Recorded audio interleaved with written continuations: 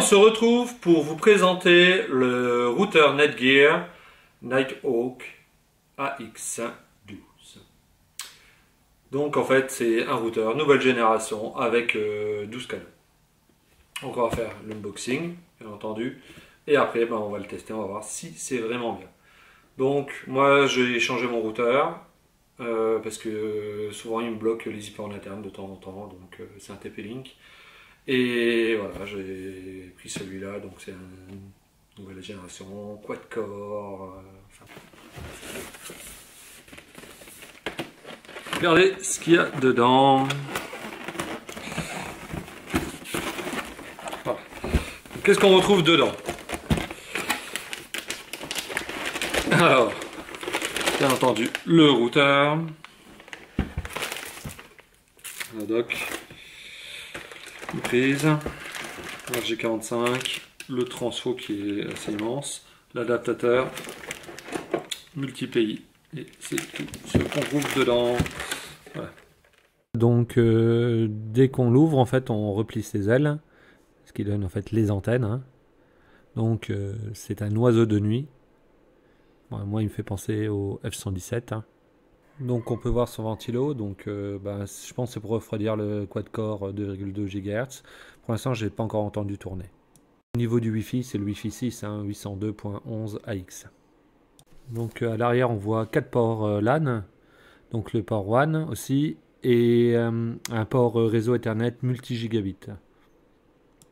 On peut faire une agrégation en fait, de 2 ports gigabit Ethernet, et on voit aussi les ports USB. Regardez, il est magnifique.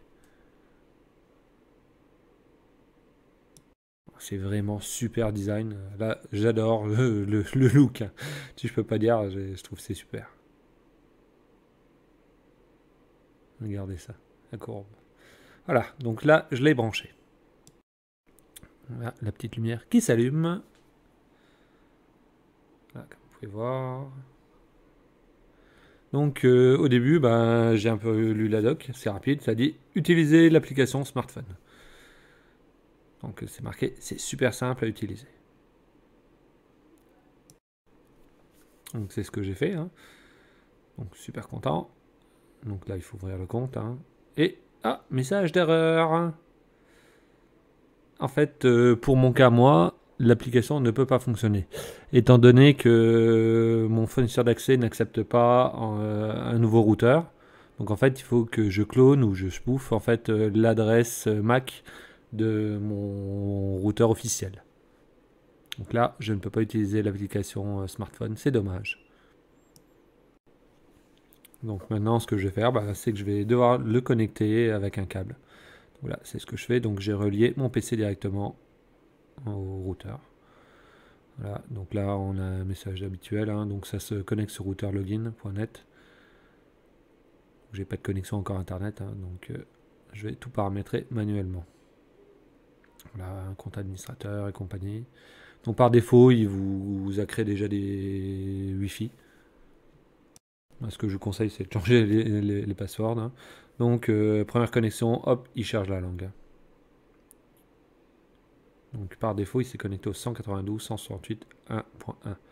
Et pareil, ça, je vais le changer. Donc là, comme vous pouvez voir, moi je vais devoir cloner la MAC adresse. Et juste après, ce que j'ai fait, c'est que j'ai mis à jour le firmware. Ce que j'ai fait au niveau du firmware, hein, vous n'êtes sans doute pas obligé de le faire. Donc là après c'est la configuration du Wi-Fi. Hein. Donc moi j'ai repris en fait les noms des anciens Wi-Fi. Donc TP-Link. On avait aussi l'encodage, hein, WPA2. On peut aussi en faire un serveur de stockage. Donc ça pose pas de problème hein, avec les ports USB. On peut aussi bien entendu hein, au niveau sécurité faire des contrôles d'accès. Ouais, je scrolle pas sur ma liste des périphériques. Donc là aussi on peut bloquer des sites avec les plannings et compagnie. Enfin c'est vraiment complet. Hein. On peut bloquer des services à des heures précises. Donc là, on peut mettre des plannings, c'est vraiment là-dessus, c'est nickel. Hein. Donc tout ce qui est paramètres Wi-Fi, on peut vraiment faire des paramètres avancés, gérer la puissance. Voilà. Donc après, ça c'est plus à découvrir par vous-même. Moi, pour l'instant, bon, je suis à 100%, donc c'est préférable. On peut le mettre en mode routeur, donc par défaut, hein, c'est pour ça que vous l'avez acheté, en mode point d'accès AP ou mode pont. On peut ouvrir ou pas des ports, donc déclenchement et compagnie. Enfin, il y a vraiment beaucoup de paramètres, hein. Si vous avez des questions, n'hésitez pas, hein. DNS dynamique, donc là, c'est... Bon, voilà, pour moi, j'en ai pas besoin. Les services VPN, donc voilà, j'en ai pas besoin. Mesure du trafic, donc là, je pense que si vous avez une bande passante limitée, ça peut être intéressant. Pour l'instant, j'en ai pas éprouvé le besoin, mais bon, peut-être que par le futur, je le ferai. Là, on peut agréger donc les ports Ethernet. Donc, à quoi ça sert en fait? C'est pour améliorer la bande passante. Donc, vous avez peut-être, si vous avez un Sino, je pense que vous avez déjà dû l'activer sur le Sino. Bon, là, sur le routeur, je l'ai pas encore activé. Là, théoriquement, c'est bien pour les transferts, hein.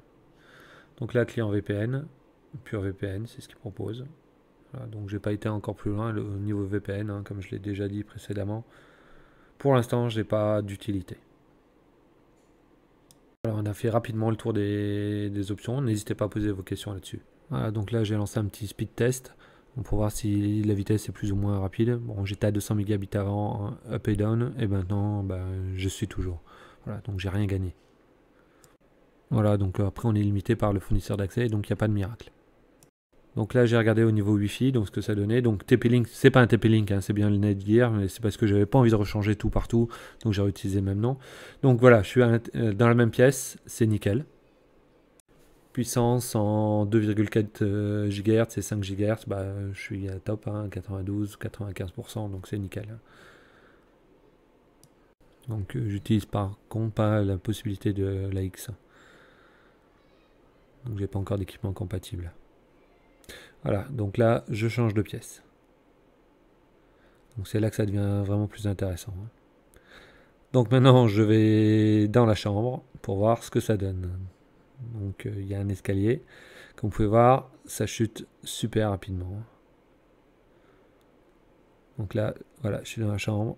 Au revoir le 5 GHz. Voilà, donc je capte encore le 2,4 GHz, mais assez faiblement.